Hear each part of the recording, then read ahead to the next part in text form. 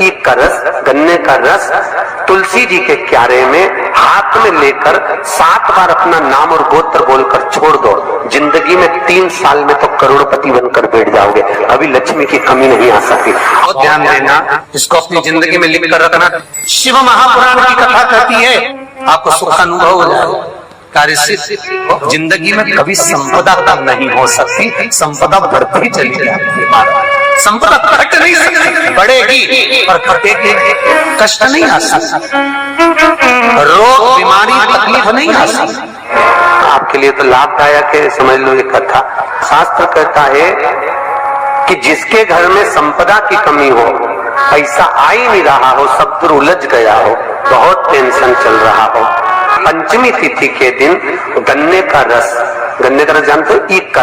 दुकान धंधा पानी नहीं चल रहा हो, दुकान पर 24 घंटे बैठो तो व्यापार नहीं होता, घर में लक्ष्मी नहीं टिक रही हो, पैसा नहीं आ रहा हो, तो बड़ के पेड़ के नीचे, पीपल के पत्ते के ऊपर, बड़ के पेड़ के नीचे की मिट्टी को गीला कर कर पीपल के पान पर, पीपल के पत्ते पर एक शंकर जी के शिवलिंग का निर्माण करो। क्या बनाना है? शंकर भगवान का शिवलिंग। शिवलिंग बनाकर उसकी बटकेश्वर महादेव के नाम से पूजन करो। 7 बार कच्चा दही चढ़ा दीजिए। उस दही को थोड़ा सा चम्मच में उठा लीजिए। उस दही को लाकर जहां तुम्हारा व्यापार है, जहां तुम कमाने के लिए बैठते हो, दुकान पर बैठते हो, उस दुकान पर उस दही से स्वस्तिक बना दीजिए। और इस पीपल के पत्ते पर जो बटकेश्वर महादेव का तुमने निर्माण करा है, इसको ले जाकर विसर्जन कर दीजिए। आपकी दुकान 3 महीने के अंदर धड़ाके से चलना प्रारंभ हो जाएगी महाराज। लक्ष्मी की कभी कमी नहीं आएगी। यह बटकेश्वर महादेव का पूजन है। चंदन की जो शिला होती थी, देखा है आप लोगों ने? किस किस ने देखा? वो चंदन को घिसने का एक पट्टा होता है छोटा सा, उसकी जो शिला होती है,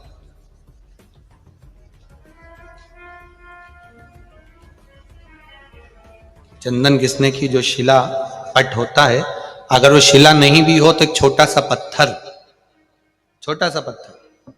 हमारे यहां बहुत सुंदर भाव कहा गया है। मान लो शिला नहीं भी है, छोटा सा चंदन का टुकड़ा यदि तुम्हारे घर में है और तुम रोज प्रतिदिन, मान लो घर में घिसा हुआ डब्बी का भी चंदन है, तो भी घर की बहू, बेटी, बेटा, परिवार का कोई सदस्य घर के अंदर चंदन के उस पत्थर पर चंदन को अगर 7 बार, 5 बार, 4 बार या उसको 2-4 बार रगड़ देता है, तो उसके घर में कभी कर्जे का क्रम नहीं होता, कर्जा नहीं बढ़ता, कर्जे से वो निवृत्त होता है। पर वो चंदन का पट घिसना होना चाहिए। जिसके यहां पर केवल रखा रहता है, केवल रखा है, तो किसी ना किसी कारण पर से गाड़ी ले ली, उसका कर्जा हो गया, मकान बना लिया, उसका कर्जा हो गया, ये हो गया उसका। उस चंदन के पट पर पानी डलना जरूरी है, भले 2 बूंद डले और एक बार ही उसमें रगड़ा लगे, तो वो कर्जे को मुक्त करता, वो कर्जे को समाप्त करता। और उस पे लगा हुआ चंदन का थोड़ा सा भाग घर में अगर शिवालय हो, घर में शंकर जी का शिवलिंग हो, उस पे लगा दो। और अगर नहीं हो तो उसी चंदन को जब आप किसी कलश में जल लेकर जाओ, उसी कलश पर लगाकर चंदन को लेकर जाओ और शिव जी को समर्पित कर कर आओ। चंदन लगने से ही कर्जे की मुक्ति होती है, कर्जा समाप्त होता है, वो कर्जा रहता नहीं।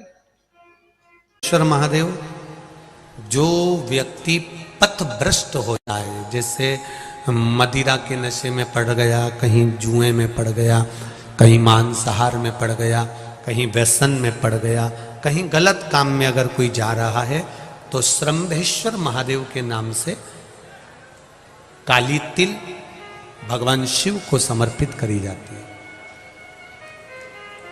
महाराज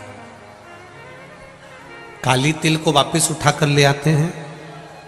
उसी काली तिल को जो मदिरा का नशा करने वाला होता है या जो गलत व्यसन में डूबा हुआ होता है, उसको वो सुबह के समय अगर नहीं खाता तो भोजन के साथ उसको दिया जाए। श्रंभेश्वर महादेव। एक बेलपत्री का भी बहुत अच्छा प्रयोग है श्रंभेश्वर महादेव का।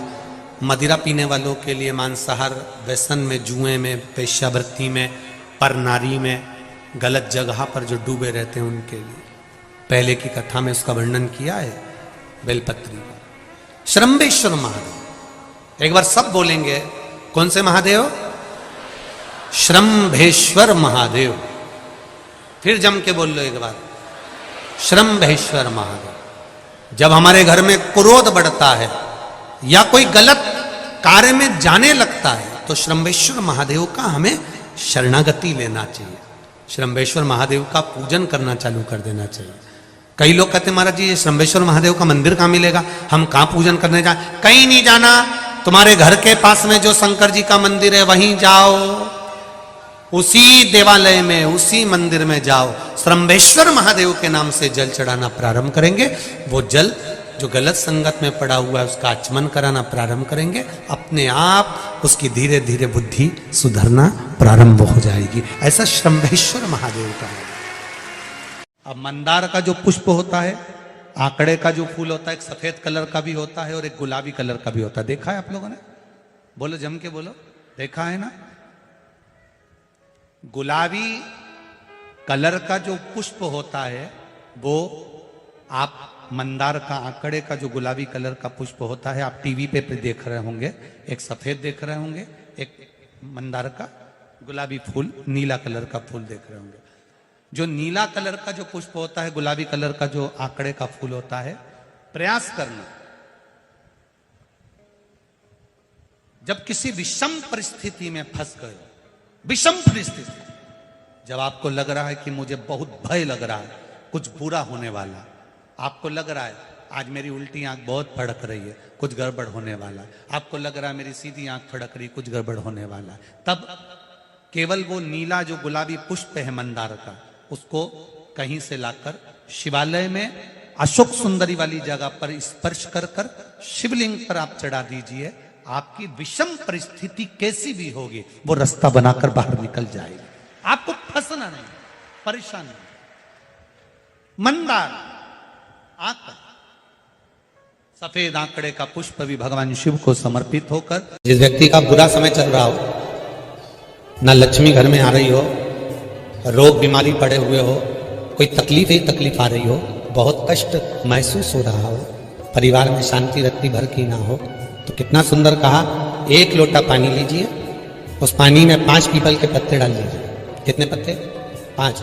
थोड़ी सी काली तिल्ली डाल लीजिए, थोड़ा सा हल्दी का गट्टा, हल्दी जो सूखी एक गट्टे में आती है ना, हल्दी की गांठ, उसका थोड़ा सा टुकड़ा उस कलश में डाल लीजिए। और जिस व्यक्ति का समय गड़बड़ चल रहा हो, लक्ष्मी नहीं आ रही हो, बीमारियां बनी हुई हो, दुख हो, तकलीफ हो, कष्ट हो, बस वो पानी को लेकर जाओ, जिस व्यक्ति को ज्यादा कष्ट है, और पानी ले जाकर शंकर जी के ऊपर वो चढ़ा दीजिए। और जब शिव जी पे जल चढ़ जाए, वो 5 जो पत्ते आपने बेल उसके पीपल के डाले हैं, उस पीपल के पत्ते को उठाकर वापस अपने ऊपर जल का सिंचन कर लीजिए महाराज। आपको 3 दिन में अंतर मालूम पड़ जाएगा कि आपके कार्य बनना चालू हो जाएंगे और आप रोग से मुक्त होना चाहेंगे।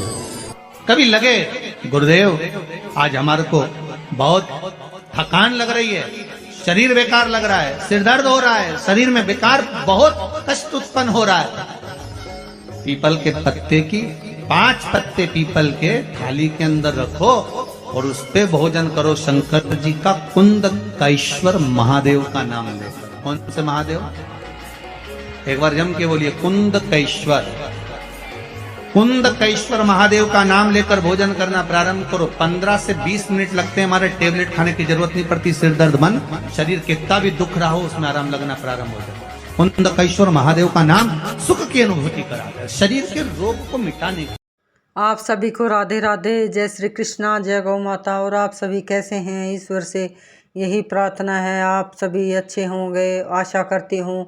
महाराज जी द्वारा बताए गए उपाय आपको समझ में आए होंगे, नहीं भी आए हों तो दोबारा से वीडियो को सुन लेना अच्छे से। ये छोटे छोटे उपाय हमारे ज़िंदगी में बहुत कुछ हद तक सुधार लाते हैं। अगर मन में विश्वास पक्का होगा तो इन उपायों से आपके जीवन में कुछ हद तक हालात ठीक रहेंगे। दुख आएंगे ऐसा नहीं है दुख नहीं आएंगे, पर वो जो दुख आएंगे वो हल्के में ही निकल जाएंगे। हमें पता ही नहीं लगेगा कि कैसे दुख आए और कैसे निकल गए। इन छोटे छोटे उपाय से हमें पता नहीं लगता कि कब हमारे ऊपर दुख की घड़ी आई और कब हमारे से निकल गई।